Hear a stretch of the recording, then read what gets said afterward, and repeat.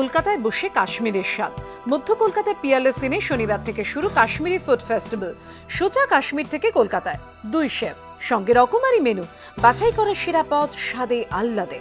মন মাতানো mutton dragon juice থেকে জিভে জল আনা চিকেন দানিওয়াল কোরমা। হাত পেতে নিয়ে চেটে পুটে খাও কাশ্মীরি বিরিয়ানি আর বাসমতির পোলাও। আছে পালং শাক দিয়ে মাশরুম, আছে ফুলকপি, তাহার নামটি নুরানি কোরমা। বাঙালির জন্য মাছও এনেছে কাশ্মীর, মেথি ও কাশ্মীরি মশলা দিয়ে তৈরি টু মাছ মাছের পদ। कलकत्ता के लोगों को मतलब ये इतना स्पाइसेस नहीं डालते खाने में, क्योंकि हम देखें इतना स्पाइसेस नहीं डालते जितना हम डालते हैं। खाना तीखा भी होता है, खट्टा मीठा पूरा होता है।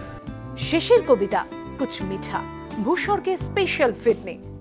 অনেকে ফিরনি জানে যে সব রাইস ফ্লাওয়ার দিয়ে করে, কিন্তু এখানে কাশ্মীরে স্যাফরান, দুধ, মিল্কমেড আর সুজি দিয়ে করে, তো এটা হচ্ছে ওনাদের স্পেশালিটি। পিয়ারলেস ইন আয়োজিত কাশ্মীরি ফুড ফেস্টিভ্যাল চলবে আগামী কয়েকদিন। অরিত্রিক ভট্টাচার্য রিপোর্ট, এবিপি আনন্দ, কলকাতা।